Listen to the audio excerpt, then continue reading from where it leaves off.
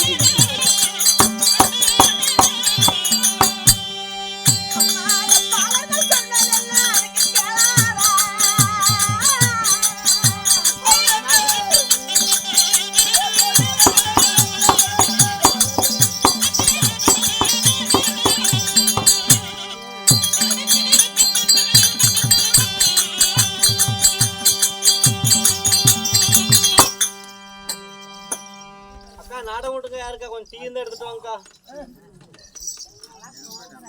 10 பேருக்கு 10 டீ ஒரு பேசல பால்க்கா.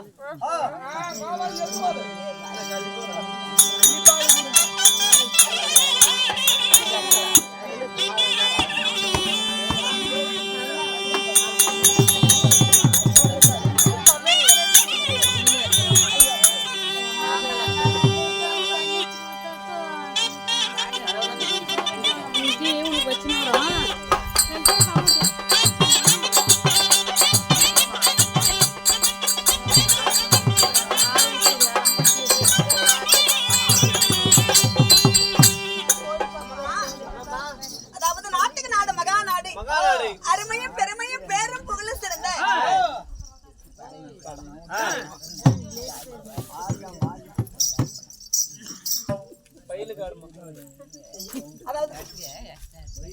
வயல்காடு இந்த கிராமத்துல அதாவது சீர சிறப்புமாக வாழ்வாங்க வாழ்ந்து மறைந்த மதிப்புக்கு மரியாதைக்குரிய சின்னசாமி கவுண்டர் அவர்கள் செத்து சிவன்மதி மாண்டு வைகுண்ட சாலோக சாமிப்ப சாருச்சன் 4ஆம் பதி அடைந்த காரணத்தினால அதாவது சின்னசாமி கவுண்டரும் அதாவது சாலம்மா அவர்களும் ஆமாங்க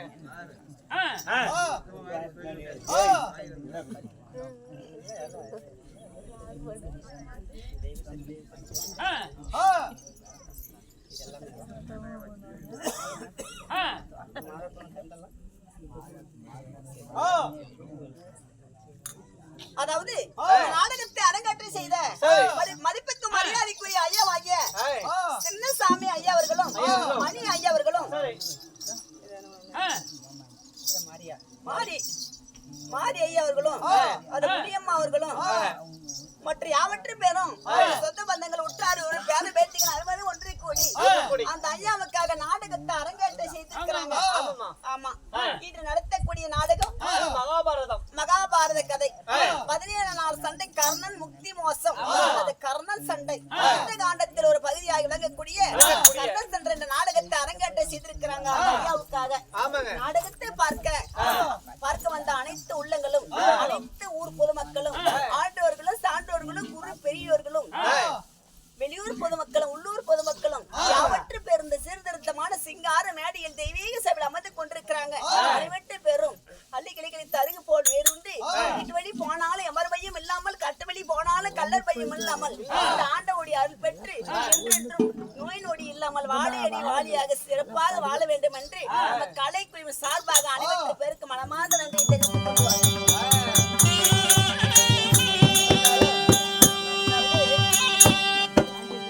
துண்டாமணிமலைக்கு சுழற்று இருந்தாலும் தேவை என்பது போல வரவழைத்து மறுபாடுபட்ட மதிப்புக்கு மரியாதைக்குரிய ஐயாவாகிய அருமை நண்பர் சரவணன் கெப்பாகரை சேர்ந்த சரவண ஐயா அவர்கள் நம்ம கல்விக்குழு சார்பாக மனமார்ந்த நன்றியை தெரிவித்துக் கொள்வோம். அதாவது வேடத்தை பாராட்டி அன்பளிப்படுத்த பொறுமைக்கு தருமன் போருக்கு பீமன் வில்லுக்கு விஜயம் சொல்லி கழிச்சல் அன்பளிப்படுத்த அனைத்து உள்ளங்களும் கடுகு ரத்தத்தை சார்ந்த மதிப்புக்கு மரியாதைக்குரிய மாரிமுத்து ஐயா அவர்களோ அருமை நண்பர் ஐயா அவர்களோ மாரியப்பன் ஐயா அவர்களோ மற்ற யாவற்றை பேரும் அந்த ஆண்டவனுடைய அருள் பெற்று ஆண்டு போல் நீண்டு வாழ வேண்டும் என்று நம்ம கலைக்குழு சார்பாக மனமார்ந்த நன்றியை தெரிவித்துக் கொள்வோம்.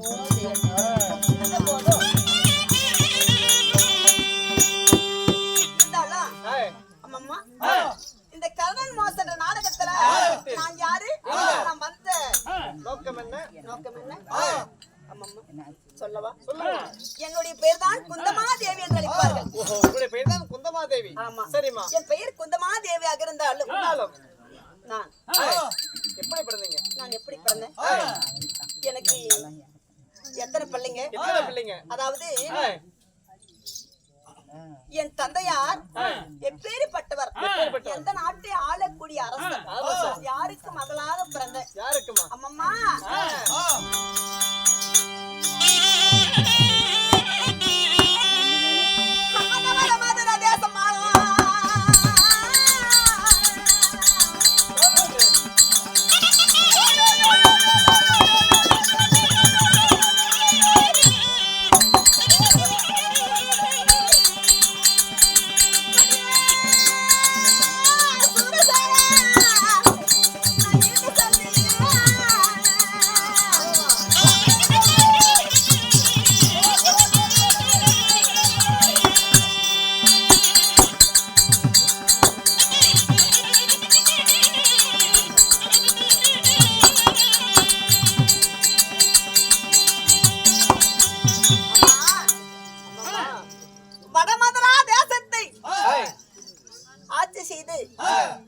பெரும் புகழ் பெற்ற என் தந்தையார், அதாவது சூரசேன மன்னன்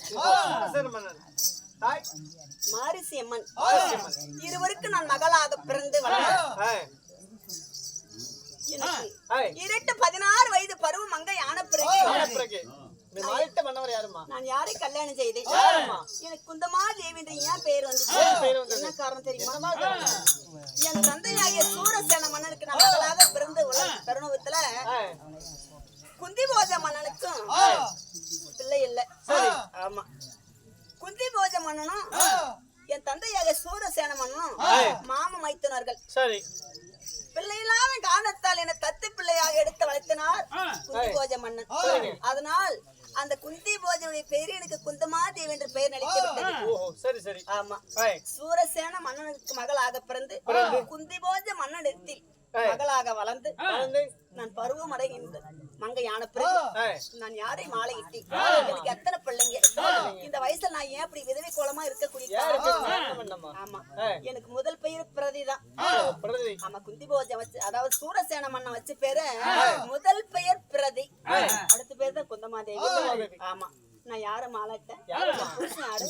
எனக்கு எத்தனை பிள்ளைங்க?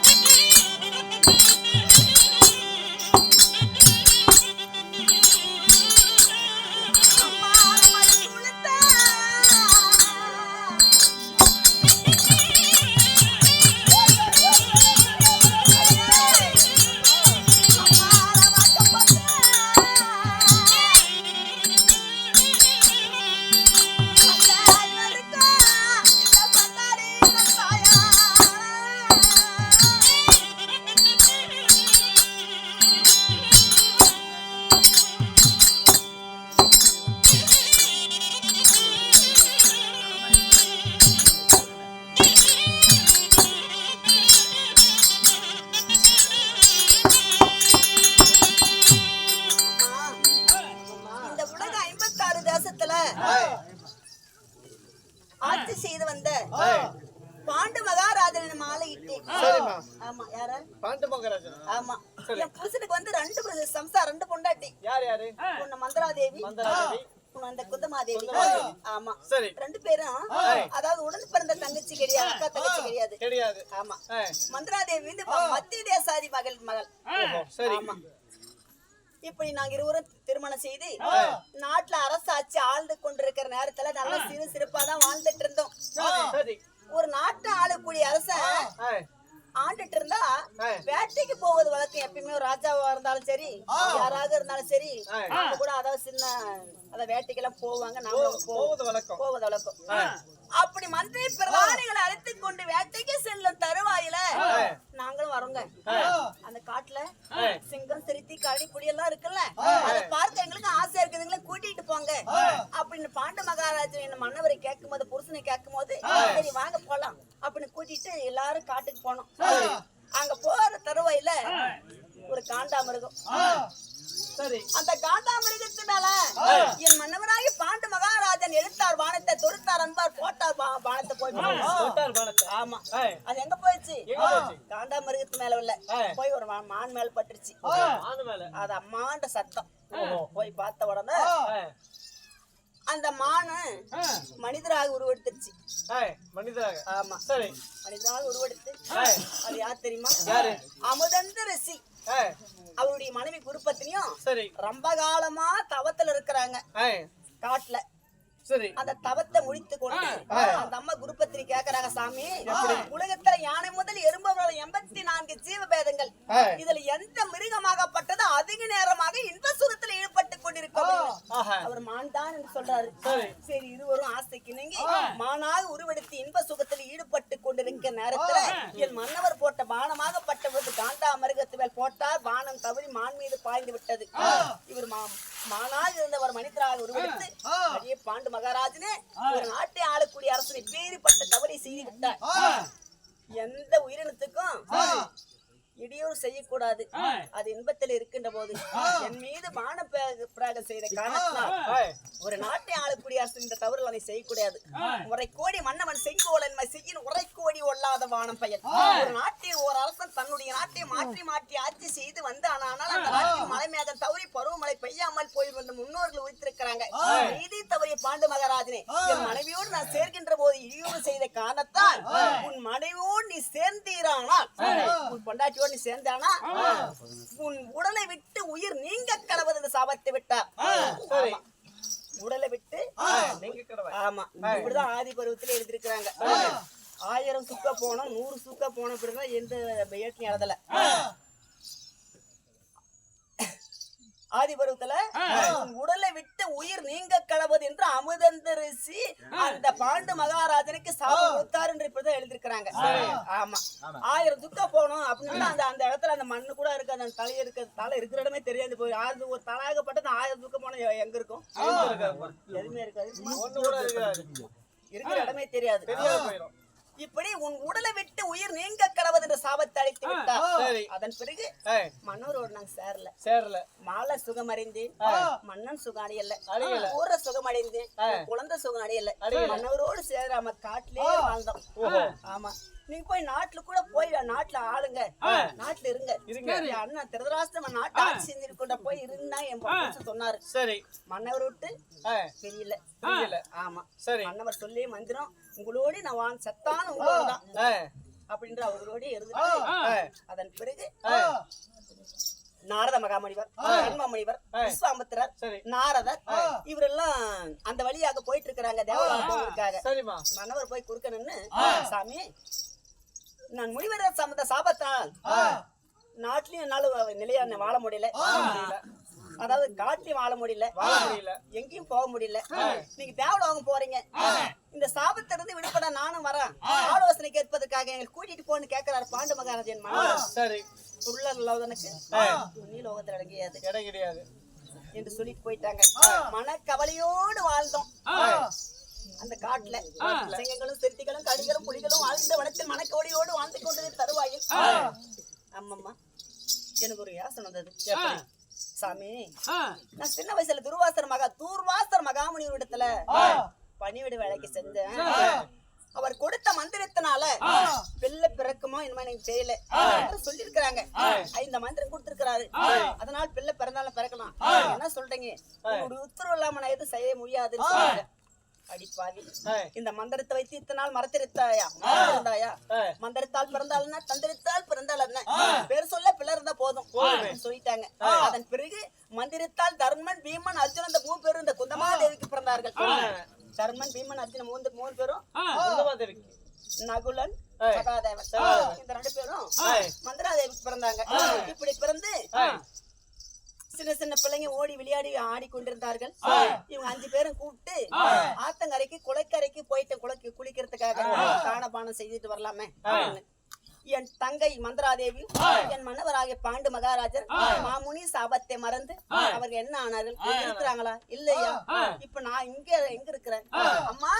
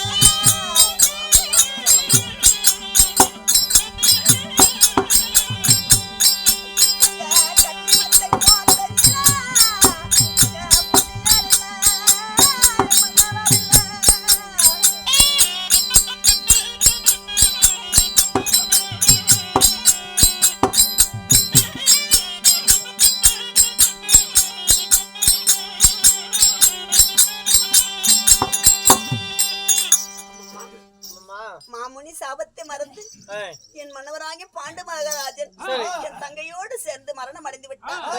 அதன் பிறகு மன்னவரை தகனம் செய்துவிட்டு அந்த காட்டிலே இருக்கிற தருவாயில் கனகத்திலே இருக்கிற தருவாயில் நாரத மகாமுனிவர் முனிவர்கள் விஸ்வாமித்திர கண்ம முனிவர்லாம் வந்து அம்மாக்குந்த மாதேவி கணவனே இருந்து இந்த கானகத்தில் எத்தனை காலம் தான் வாழ்வாய், உன் மூத்தார் ஆகிய திருதராஷ்டிர மன்னர் அஸ்தினாபுரத்தில் அரசாட்சி செய்திருக்கிறார், வாங்க ஒப்படைக்கிறேன் என்று எங்களெல்லாம் கூட்டிட்டு வந்து என் மூத்தார் ஆகிய திருதராஷ்டிர மன்னரிடத்தில் ஒப்படைச்சாங்க. கானகத்திலிருந்து நான் அஸ்தினாபுரம் காலடி எடுத்து வைக்கின்ற போது என் மகன் ஆகிய தர்மராஜாவுக்கு 16 வயசு, என் பிள்ளைக்கு மூத்த பிள்ளைக்கு. ஆமா, ஏய், அப்படி 16 வயசுல காலடி எடுத்து வைத்து என் மூத்தார் பிள்ளையாகிய துரியோதரர் பல சதிகளை செய்தார். ஆமா, என் மூத்தாருக்கு 101 பிள்ளைங்க. ஆமா, துரியோதன துச்சோதர துச்சுருசன் துன்முகன் சகன் சமன் வெந்தன் அருவந்தன் துருவாதன சுபாகர் துஷ்பதர்சன் துஷ்யந்தன் சித்திரஜீவன் துஷ்கர்மன் வெண்சதி விகர்ணன் சலசந்தி சுலோசனன் சித்திரன் சித்திராசுவன் சாரிசித்திரன் சாரசன் துன்மரோசன் சொல்லக்கூடிய துரியோதனாதிகள் 100 பேர். பாண்டவர்கள் பிடித்தால் பாஜராதித்தை பெற்று விடுவார்கள் நினைத்தினால் வீட்டில் அடங்காத வஞ்சகத்தை செய்தான். குளிக்கும் குளமெல்லாம் குருவசி நாட்டினான், ஒண்ணுகிட்ட சாதத்தை நச்சு நஞ்சு கிடந்தான், அரக்க மாளிகையில் தீ வைத்தான். இப்படி பலவிதமான வஞ்சகத்தை செய்து சூதினால் பகலையாடி எதிரனை போகிவிட்டு ஐவரும் தாடளித்து மாயத்தால் சூதாடி மண்ணுருக மண் பறித்து 12 வன கானகத்தில் ஓராண்டு அக்கியாதவாசம் கழித்து வந்தால் நாட்டை கொடுப்பேன் என்று சொல்லிவிட்டு 12 வருஷம் பிள்ளைங்க எல்லாம் காட்டுக்கு போனாங்க. யாரு கண்ணுக்கு தெரியாத ஒரு வருஷம் அக்கியாதவாசம் மறைமுகமாக வாழ்ந்தாங்க. நாடு கேட்டோம். முதலாக உலக மகாமுனிவர் கேட்டா தருவதல் என்று சொல்லிவிட்டா. 2ஆம் படியாக பேரப்பள்ளியாக புளியந்தர தூதுக்கு போய் கேட்ட நாடு கூட என்று சொல்லிட்டான். 3ஆம் படியாக யார் போனார் தெரியுமா? யாருமா?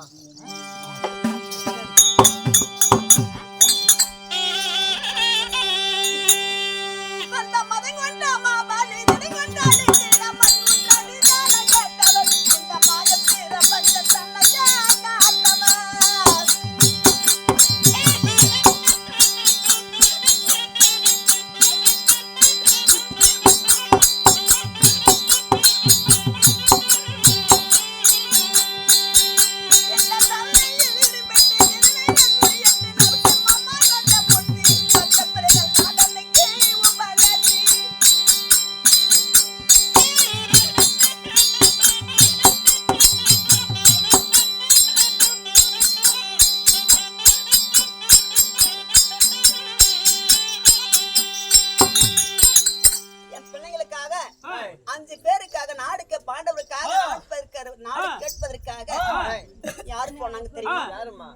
இந்த உலக பிரபஞ்சத்தை 3 அடியா அளந்தவன் தான் போனாரு. யாருமா? இந்த உலகத்து பிரபஞ்சத்தை 3 அடி யாரால அளக்க முடியுமா? அளக்க முடியாது. உன்னால அளக்க முடியுமா? முடியாதுமா. இங்க இருந்து அத்தனை அடி அளக்க முடியும். இது ஒரு 2 அடி அளக்க முடியும், அவ்வளவுதான். அதுக்கு மேல அளக்க முடியாது. ஆமாமா. ஆகாயத்து 1 அடியும் இந்த பூமி 1 அடி அளத்தாரு. மீதி இடம் அங்குமே தெரியல. அதனால தலை மேல காலை வச்சு அளந்தாரு. அப்பேற்பட்ட 3 அடி அளந்த ஒரு யார் தெரியுமா? நான் சொன்னா நீ தெரிஞ்சுக்குவியா? தெரிஞ்சுக்க சொல்லுமா. அந்த மதம் கொண்ட மாபாலி கொண்ட அழித்திட மண் 3 அடி தானம் கேட்டவர், இந்த மாய பிரபஞ்சம் தன்னையே காத்தவர். தெரியலையாமா யாருன்னு இன்னொரு முறை சொல்லுங்க. தெரியல. இந்த தரணையில் விழும்பட்டு இருணையன் முடியற்று நரசிம்மாமாய் வந்த மூர்த்தி பக்த பிறகு நாதனுக்கு உபநேர்த்தி. ஆமா, இப்பயும் தெரியல. ஓய், அந்த ஆளுக்கு பன்னிக்கறி காட்டி போட்டுக்கிட்டா அப்படியா? பன்னிக்கறியா? இல்ல தெரியல. அந்த ஆள் இல்லப்பா. தெரியல. அந்த கோகுலமே பிரமாதினி கோபியர் உருவாடினி கோதையாலே சோத புத்திரா கோதண்ட ராமனே மித்திரா. இப்பயும் தெரியலமா. தெரியல. அந்த மாமெருகிரி சாய்ந்திட அம்மை ஊரு நிலை தாங்கிட மாய பெண் மோகினியானவர் ஈசன் மயல் கொண்ட மலலை கொண்டவர். தெரியலமா. அந்த கரமாமுகில் வந்த நாதிரி வரமே அவரு கரமாமுக காண சதிர்முக காட்சியே அவரை காண்பதற்கு வெகுமாச்சு. அட அப்படியா? தெரியல. எனக்கு என்ன ஊராட்சியும் சொன்னாதான் என்னன்னு தான் தெரியல. அந்த வருணன் கண்டு பரமேசனை கண்டு பரசு பெற்ற ராமனே தாய் சிரசை அறுத்திட்ட பூபனே. ஒண்ணும் தெரியல. தெரியலமா.